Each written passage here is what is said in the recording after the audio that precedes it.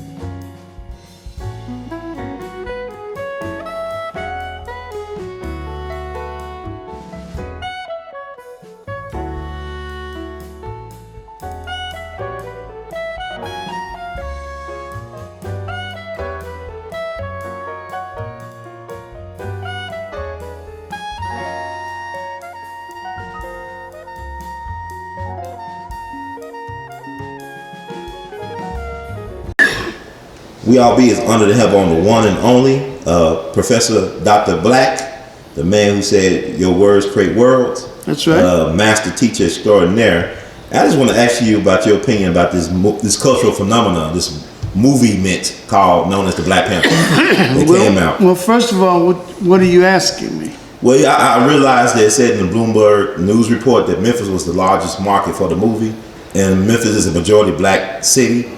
And we was one of, I guess, America's poorest big cities that we're going into the 50th anniversary of Dr. Memphis was also, I think, the largest market when She's Gotta Have It came out with Spike Lee. Okay. You know, so what happens is there's a large movie-goer market among the so-called black population in Memphis.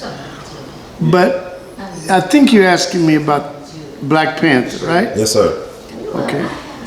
Now understand something. It has taken 50 years for the comic book to actually become a film, a movie. Mm-hmm. All right, 50 years. Now, it was written originally by two white boys, Stan Lee and George Kirby, in the 1960s. Mm-hmm. It has taken that long for two white boys to get this into the pan where it can be shown in a movie theater. So now understand, how long has it been taking for, how many of the colored Negro, black cartoonists, animators do you know about? You understand what I'm asking you? Yes, sir. You see, you and I are part of a group of people that they've been trying to do comic books and illustrated novels for a long time, and we haven't been able to get this done. So some white boys actually caused this cartoon, this comic book, to become a full-fledged movie. It took 50 years. Mm-hmm. I'm happy about that. Now understand, someone says, Disney is making all the money. Well, Disney bought Marvel. Why didn't you buy it? You could have bought Marvel. Yeah. You could have bought George Lucas's Star Wars enterprise. I think he built, out of Star Wars, he built Digital Light Magic up in Sausalito, California. He sold that to Disney also. They paid $4 billion for it. They paid $4 billion for Marvel. Why didn't you buy it? You see, what you're saying is we should take that money and we should aim that money towards an enterprise that black people are doing. That's right, we should. But first of all, show me something that black people are doing. The only ones that I know that are really doing anything at that level, I think this boy, what's this boy down in Atlanta's name, Tyler Perry? It's Tyler Perry. And what's this girl's name, Oprah Winfrey? Yeah. Winfrey, they're doing something, but they've put something together based on how they have their belief systems in place, along with what's his name? Jakes. T.D. Jakes. T.D. Jakes, and they've all got their little group, and they're trying to do something. Now, I think that people, instead of complaining about what other people are doing, spend the time doing what you suggest you want to do. And it will be just as profitable as what is happening with Black Panther. But as far as Wakanda being some culture that you created, because some people are wearing some African print now. I've watched African fads happen in the 1950s. I watched it happen in the 1960s, in the 1970s. I think was in the 1970s with Roots. In the 1950s, it was with the independence movements in Ghana, Nigeria, Kenya, and when all the countries in Africa were fighting back against colonization, and we were all running around, we were wearing naturals and dashikis, and we were talking about Jomo and Abu Bakari.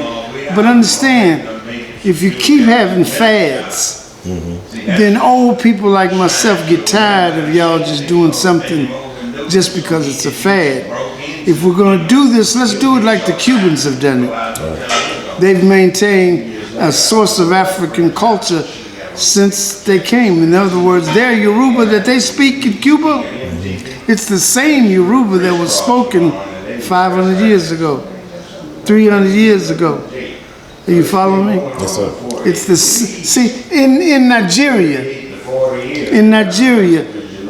they don't understand the Yoruba that is spoken in Cuba because their Yoruba has evolved in Nigeria. In Cuba, that's the same language. The language that's spoken in Brazil is the same language that they spoke when they were first brought over by the Portuguese. Are you following me? Yes, sir. So if you're asking me about Black Panther, some white boys created a story, and they also, you know, what's his name? Professor X and Magneto. Right. Did you know that when I was growing up, it was thought that Professor X was Martin Luther King, and that Magneto was Malcolm X. Yeah, I heard that. Yeah. You understand? Now, don't you remember growing up and they tried to tell you that Booker T. Washington and W.B. Du Bois were conflicting with each other? Right. That's a lie. That's a lie. Okay. The conflict with Booker T. Washington was with William Monroe Trotter. William Monroe Trotter was Du Bois' friend. You understand? And people will say, well, that don't mean anything. We don't need to make those distinctions. No. If you are going to learn the history, you cannot let some kids jump up on TV on these things and tell you something about white people started the NAACP. Right. You cannot let some children get to stand up talking about them dirty white people dropped a bomb on us, or them dirty white people are stealing our culture. Now somebody is up talking about this whole thing, Wakanda, the Black Panther movie, has to do with the Black Panther Party. It does not. The Black Panther Party is the evolution of the African Blood Brotherhood. The African Blood Brotherhood came out of New York City, and they were Cyril Briggs, the brother in New York who was the Maoist, and they started the African Blood Brotherhood that actually was going to protect black people from lynching. And every time a black person got lynched, whatever day that was the day of the brother whose name was that day, he had to go out and lynch a white person. You understand? It's an African Blood Brotherhood. Yes. Wow. And anything you don't know about, you go to the site or you contact me and I'll send you the information. I want you to do this, what you're doing, because y'all better do this as much as you possibly can, because I don't know how long I'm going to be able to do what we've been doing. Yes, sir. All right? And so as far as about Wakanda and the Black Panthers, hey, listen, I don't care if they make $10 billion. They did something. all the people talking this madness. You know what they remind me of? They remind me of all the brothers that was sitting on Bellevue when all the shops was closing and they was playing dominoes. You understand? Talking about, well, the white man is loaning money to the Vietnamese and loaning money to the Arabs. The white man ain't loaning nobody nothing. And they were just sitting there playing dominoes because they wouldn't get their lazy asses up and go do what has been done when we had to create these communities in the first place in order for everybody to be here right now. And if you're going to actually create a Black Panther movie in the future, then you better take that little camera and you better make it work well enough to do that. Don't be jealous or mad or angry because these crackers are getting paid with something that you should have done a long time ago. Don't tell me anything about what the white man wouldn't let us do that. They wouldn't let us produce comic books. Their brothers, man, do you understand? The first time I ever read about Benjamin Banneker, I was reading a comic book written by a brother out of Seattle years ago. But you've never seen those comic books. They couldn't get out. Did you know that Lou Alcindor, what's his name? Has written a graphic novel about the Renaissance I didn't know. basketball team. You know who the Renaissance basketball team was? The Globetrotters? They became the Globetrotters. Do you know how they became the Globetrotters? No, sir. The NBA, the Negro Basketball Association, the NBA, the Negro Basketball Association, had formed. They had teams in Chicago, Detroit, New York. The Renaissance were in New York.